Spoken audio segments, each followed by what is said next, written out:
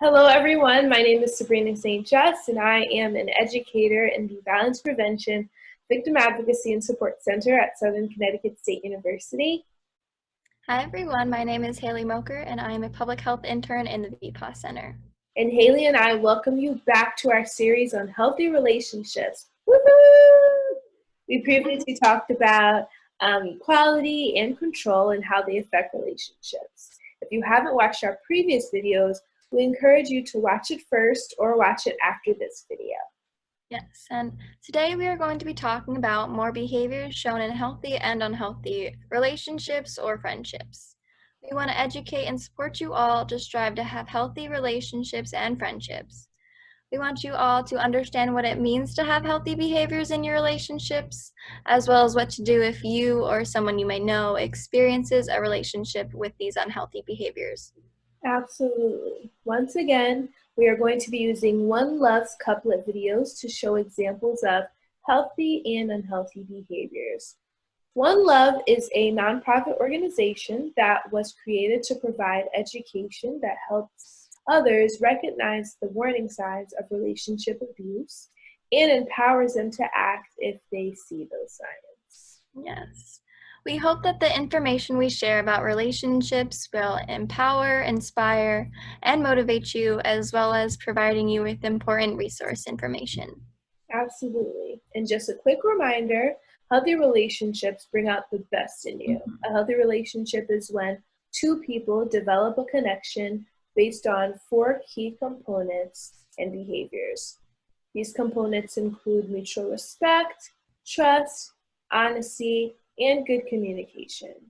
While an unhealthy relationship does not exhibit behaviors on mutual respect, these behaviors may include, but are not limited to, guilting, belittling, manipulation, jealousy, and being physically and emotionally abusive, which can have a negative impact on your well-being and your day-to-day life. Yes. So while watching the video, think about what unhealthy and healthy behavior is being shown and how both behaviors affect the relationship. What are you so happy about? She just started following me on Instagram. What are you so nervous about?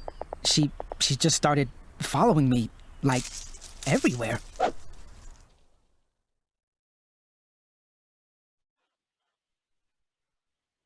So what is happening in the two scenarios, Haley? So one is showing a person excited that their crush started following them on Instagram, a defining moment in any relationship. While the other is showing a person scared because someone has started following them everywhere. So what do you think of this? What do you think is the difference between the two examples that we just saw? So I think one is showing a relationship moving at a comfortable pace, while the other is showing signs of obsession and stalking. Mm-hmm. So what do you think obsession is? I think obsession is when someone is constantly thinking or worrying about something or someone. And usually this feeling will take over a person and get in the way of them thinking or doing other things that they should be doing. And other examples of obsession could be they show up at places where you are without you inviting them. They text you constantly all the time, and that makes you feel uncomfortable or unsafe. Mm-hmm. So now, what does it mean to move at a comfortable pace? Yes, that's an important question. Moving at a comfortable pace means that you and your partner or friend allow the relationship to happen at a pace that feels comfortable for both of you. Sometimes when starting a new relationship, you may feel that you're spending all your time with them because you want to. And if you want to, that's great. Yeah. Be sure that nothing feels imbalanced or rushed in the relationship. In healthy relationships, nobody pressures the other to do or to be intimate or to do any like intimate things that they're not comfortable with, or make the relationship exclusive if they're not ready. When you do choose to take those next steps, you both feel happy, you both are comfortable, and you both are excited about it. Yeah. So, is there such thing as like a healthy obsession? Great question. Yes, but obsessing over other people isn't healthy. While it's totally okay to check a friend or crush's Snapchat or Instagram every once in a while, when you start to check on them all the time, that's not healthy. It's important that you maintain a life outside of this person. Yeah.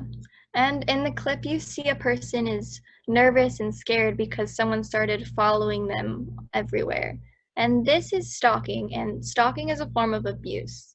If someone is making you feel uncomfortable and you think they're following you, whether it's online or in person, that's not okay. Absolutely not. Stalking can also happen through text. If someone is texting you over and over and over again because you don't respond, that is a red flag. Yeah, and stalking that happens online or through text can be just as harmful and as dangerous as stalking in person. And if this happens to you or someone you know, ask someone you trust for help. I know sometimes you really like a person or really want to be their friend, but allow the relationship or friendship to happen naturally. Yeah. And we understand that sometimes people obsess over others due to jealousy. So, how can someone handle their jealousy in a healthy way? That's a really great question. Jealousy is a human emotion that we all experience sometimes, but jealousy can become unhealthy if you find yourself lashing out, of trying to control someone because of it. It's important to understand why you are feeling jealous of another person and take steps to ease your feelings. Yeah. And if you're jealous of a partner, it may be because you don't trust them or are afraid of losing them, or you feel insecure about your relationship. Whatever it is, it's very important that you do not lash out or try to control your partner because of your emotions and your jealousy. Absolutely. Jealousy is not your partner's fault. Instead of focusing on your jealous feelings, work on building your trust in your partner and consider spending time on hobbies or activities you enjoy outside of your relationship. Yeah. And it's natural to feel a little jealous of a friend or your peers every so often. We're all human, it happens. But you should also want what's best for your friends or your partner, and being jealous of what they have or who they are isn't healthy. Here's a little tip. Instead of being envious, focus on what makes you special as a person and the positives to your own life. Yes. So, what about social media? Do you think that social media plays a role in jealousy and obsession? Yes, social media has become a big part of everyone's lives. And sometimes it can make us feel that our life isn't as great as someone else's. It's easy for us to compare sometimes. And unfortunately, we compare ourselves to others a lot, especially on social media. Social media is a place where we post the greatest and happiest moments of our lives.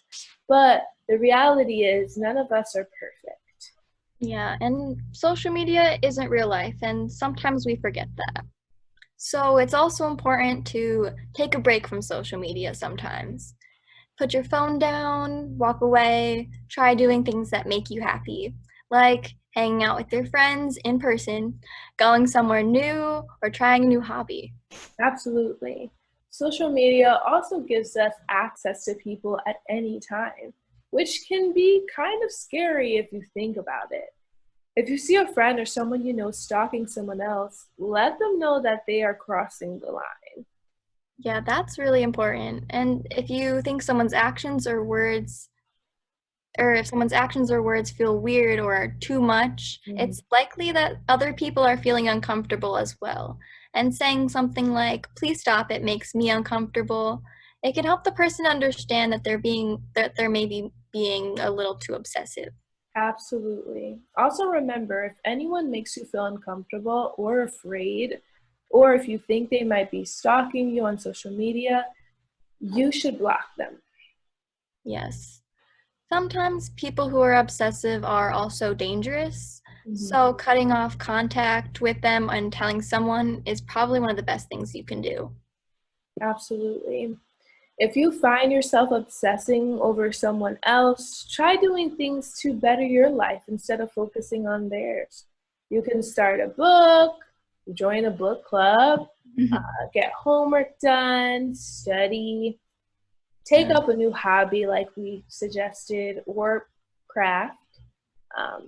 But it's important to remember that no one is perfect, and that's what makes everyone amazing. Yeah. If you find that you are in an unhealthy relationship or someone you know is, you can always contact the university advocate, Catherine Christie, who can provide you with advocacy and information on support services. There are a lot of people on campus and off campus that can support and help you. You can go to www.southernct.edu/FPOS or www.southernct/SART for more information. Thank you all for joining Haley and I today. Let's all take the pledge to love better. By pledging to love better, you are committed to bring more healthy relationships and to create a healthier and safer campus and community. Let's do our part to treat people with kindness and respect. If you would like to learn more about relationships or how to intervene safely as a bystander, please contact us. If you want to learn more about One Love, you could go to www.joinonelove.org. Yes, and join us next time where we will be talking about the behaviors isolation and trust. Bye for now. Bye.